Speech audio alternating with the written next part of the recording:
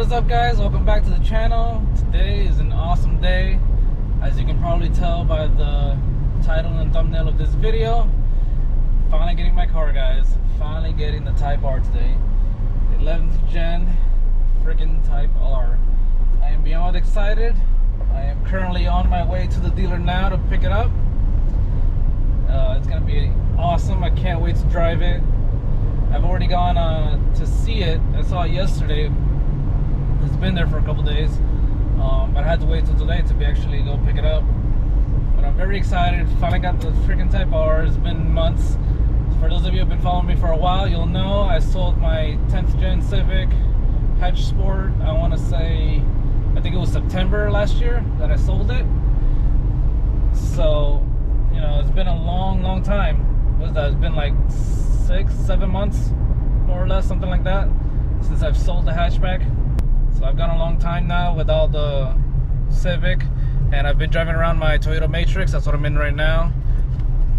If you saw my last video, I did the radio install on this car. Still working awesome, by the way. Loving it.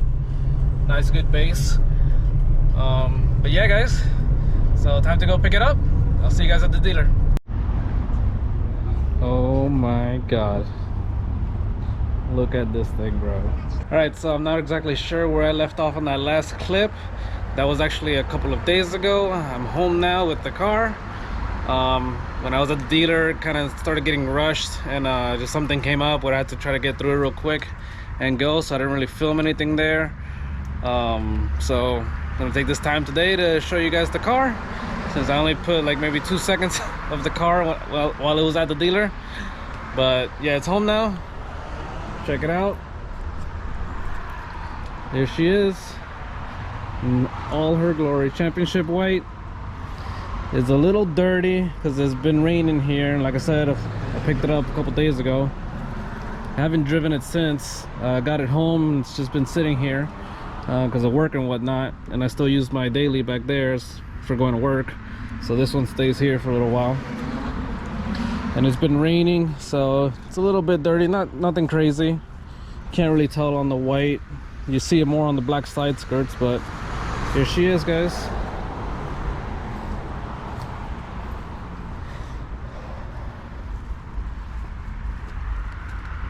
I still can't believe it that I have a freaking TypeR in my driveway. Then again, it shouldn't be that hard to believe. I've been working my ass off for this. So I've been saving money for a long time now, ever since I sold the car. Been trying to sell all of my parts, which I still got one or two things left. So if anybody, actually right now is a good time to let you know, if anybody's interested in the hybrid racing short shifter assembly, let me know, shoot me a comment. I'm trying to sell that. I was gonna keep it to put in this car, but it actually does not fit this car, so I have no use for it anymore. It's perfect condition. So if anybody wants it, the short shifter from Hybrid Racing that I had was red. Just, you know, write me a comment, and we'll work that out. I can ship it out to you guys if if it's not local. I don't mind shipping it, as long as it's within the US, because anything out of the US, prices just skyrocket like crazy on shipping. So if you're within the US and you're interested in the Hybrid Racing short shifter, let me know and we'll work out a deal. But here she is. Here's the key, all mine. Love the key. This is nice, a lot nicer than what I had before. On the FK7, it's just a normal key. So show you guys the inside here real quick. Yes, I still have the plastics on them. I'll be taking them off soon, probably today actually. I was waiting for the seats were supposed to get coated, and the whole interior was supposed to get coated, and then I found out that it was actually already coated. At least that's what they're telling me at the dealer. They're telling me that it was coated already, so it should be safe to take the plastics off, because I got a warranty with them for the interior. But here she is. Got the red rugs, of course, everybody knows. TypeR. Still got that on there. See, you can tell it's been raining. Look at all the dirt, all the spots here.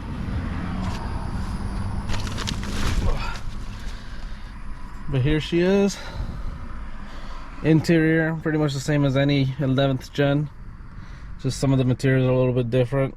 Like compared to the SI has this in gloss black, this one's satin black.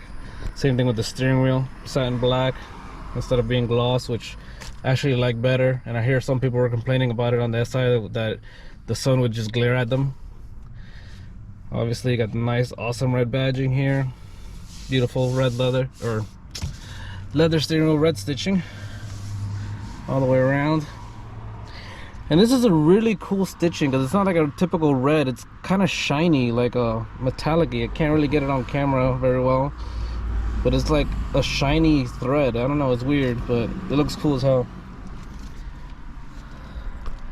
Got the shift knob here. That'll probably switch out, we'll see, because this does get really hot when it's hot out. Wireless charging, all the goodies. Push start, something new that I gotta get used to. I didn't have that in my FK7.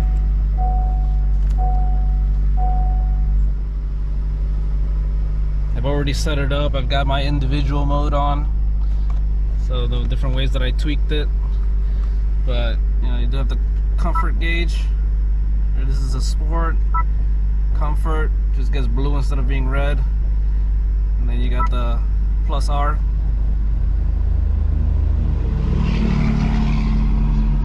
Radio is real nice. I like all the displays on here, all the apps. It actually moves really nice and swiftly.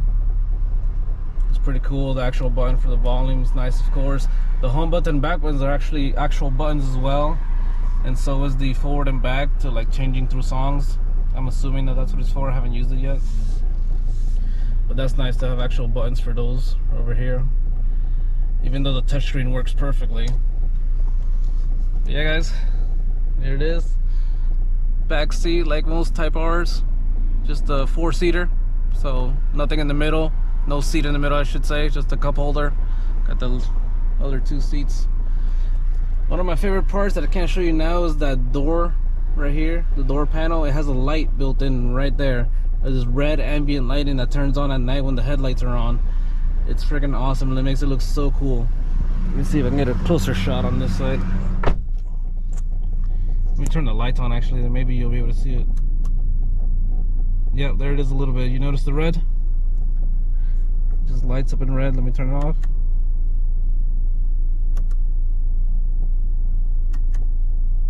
I personally love that feature. Like, to me, that's one of the coolest things in here. There's also ambient lighting as well in the footwells. So down there, it actually lights up in red, and on the driver's side also. And there's a little red light in here too. So it's pretty cool. A lot of little red lights everywhere.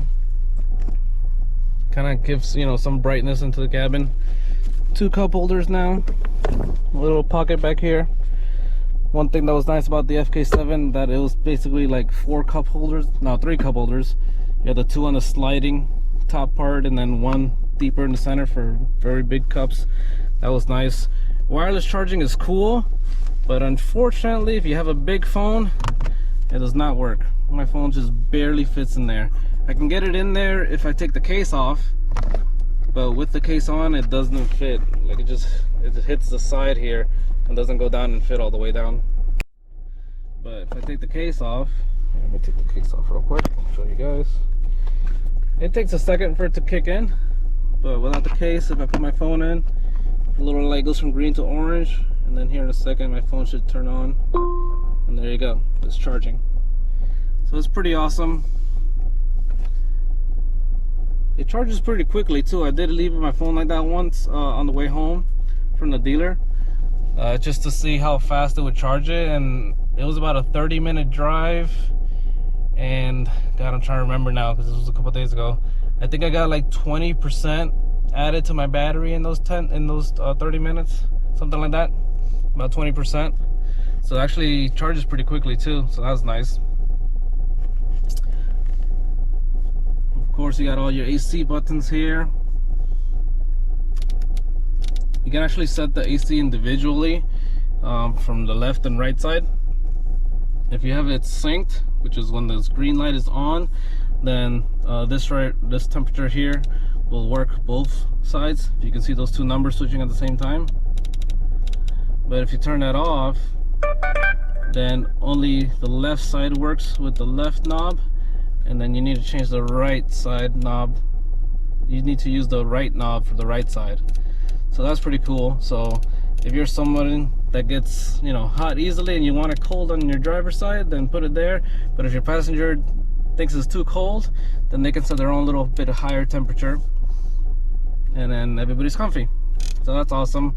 I rarely have people in here, and probably rarely will have people in here, so I just have to sync on, and then the middle is what controls the fan speed and how you turn it on and off as well. Just push. Which, by the way, this is really nice. The notchiness here, I don't know if you guys can hear that. I'll turn the fan low, and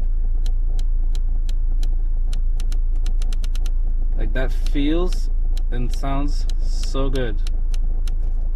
Honda really did a great job, and this is the same thing with the volume button. This one you don't really hear the clicks as much, but you do feel it. You feel it for sure. It's getting hot in here. But yeah, guys, a little top light up there. It's nice and flush. Nothing like protrudes. Let me see if I can get a good angle of that. It's like really nice and flush with the ceiling, so nothing's sticking out like crazy. Same thing here. It's just really nice and flush, and yeah, I think they did a great job with this car. The buttons here on the door panel are also really nice. I like the coloring on them. They feel really good. Same with the door handle.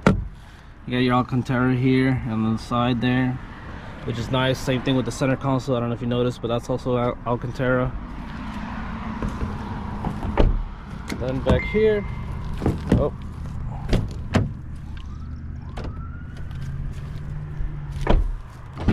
and in the back, didn't really change much back here from previous models.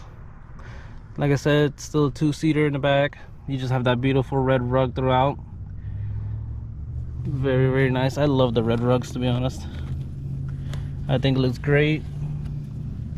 There's no red rug in the back trunk, but you know, that's still just the black, because it's not really a rug, it's that cover that they have there for the spare tire, or you know, where it should be a spare tire, but instead you got that fill-up machine, the air machine. Show you guys that here in a second. Gotta love the red seat belts. I love that it's in the front and the back, not just the front. Come around back, that nice big booty. And this thing is wide, guys. This thing is wide. I'm sure you've seen it in other videos and pictures, but this thing is really wide. A lot wider than their regular Civic. The wing up here is awesome. I'm thinking about getting the carbon fiber OEM one, but we'll see. I think I might also wait to see what the aftermarket brings. But so far, from what I've seen from the aftermarket, they're not that good looking for me, in my opinion, to be honest. I've seen one, the Mugen one, I don't like. It looks the same as the one that they made for the FK7, and I wasn't a fan of that one. The Spoon one, not feeling it either. That one just looks a little weird to me. Plus, it's like crazy expensive. And then, what was the other one? I just saw ARP. Is it ARP or APR? I think it's APR or ARP, one of those two. They're working on a wing as well, and they've already shown a prototype of what they're gonna make it look like, and it basically looks just like the one on the 10th gen. So yeah, it could be me, but the ARP wing or APR, whatever it is, it didn't look good on the FL5 to me. It looked good on the 10th gen, but the FL5, it did not look good. I don't know if maybe it's because it's round, the FL5 being so round, and that wing having more curved edges. Maybe that's why it just didn't flow with the car, in my opinion. But hey, I know some people are gonna love it. Back here again, like I said, this dips down because there's no spare tire. All you get is this air machine. So, and the tow hook straps. And there should be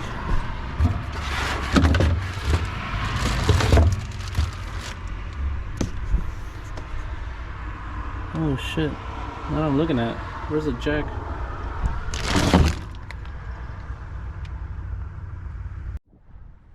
Well guys, I don't know if I'm missing it or if it just doesn't come with one, but I don't see a jack down here. I see the tow hook, and then that thing's supposed to be for the jack, that longer piece there, to make it go up and down. And then there's a machine. I'm assuming a jack's supposed to go there, but there's no jack, and nothing underneath it either. So now I gotta go find out if I'm supposed to have a jack or not. So that's kind of weird that a car would not come with a jack. Well, I guess you don't need a jack if there's no spare tire. Never mind. There's no spare tire, so there's no need for them to give you a jack. You just have the machine that's supposed to fill you up and send you on your way. So never mind. Never mind. And this right here, they gave me because it came with the car, but I'm definitely never putting it on because I don't need to, being in Florida. But this is the front license plate bracket. Like I said, luckily I'm in Florida and I don't need to drill any holes into the front bumper to put that on. A nice little light there. I don't know if I'll switch it to LED maybe one day. We'll see. I don't really use the trunk much. You got your subwoofer here on the side, which by the way sounds awesome. The Bose system in here sounds amazing. Like, I put a system in the Matrix. I don't know if you guys saw that last video of me putting new speakers in the Matrix, so the subwoofer and everything. And this Bose system in this car from factory sounds just as good as my aftermarket one that I put in there. And it's a bigger sub. I believe in here, it looks like, I haven't opened this or anything, but it looks like it's only big enough for about an 8-inch, I would say. And what I put in my Matrix was a 10-inch. Got a 10-inch subwoofer, and this thing hits almost just as loud, ironically.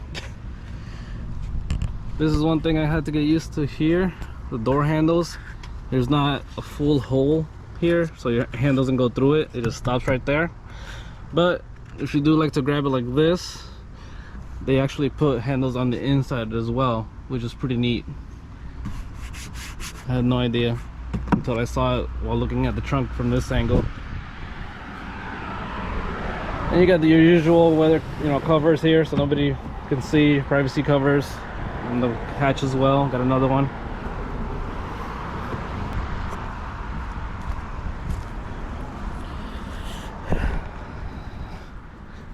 But yeah guys, this is it, my new TypeR.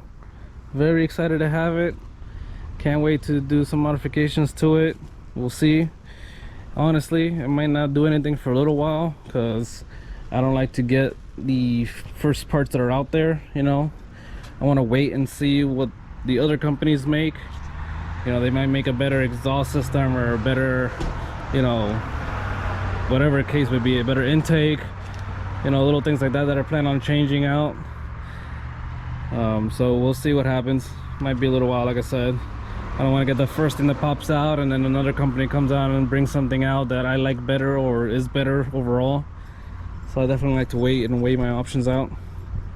For now, what I plan on doing is I do want to get the front bumper PPF'd, just because when I do drive this car, it's usually on the turnpike and the rock chips are just ridiculous on there. So I want to do the front bumper, and I'll probably do the whole hood as well. Even though the hood will likely get changed in the future, if anybody makes a nice carbon fiber one, I'll definitely be swapping it out. But just because it's going to get swapped out eventually doesn't mean I'm going to be okay with messing up my OEM one, because one day I might get tired of the carbon fiber one and then put the OEM back on, who knows. And or if I do like my FK7, if I ever go to sell it, I'm obviously gonna put the OEM one back on, and I want it to be in good condition so I can get the most for my most money for my car. So probably gonna do that first more than anything. Get the bumper PPF, the hood PPF, gonna get that H emblem PPF for sure, because I don't want that to get chipped or scratched and then have to buy another one of these, because if you guys know, original ones from Honda, they're not exactly that cheap. So that the TypeR badge, that highly doubtful can get PPF'd, or at least it wouldn't look right if it did. So that one's already gonna get risked. Gonna PPF the headlights for sure.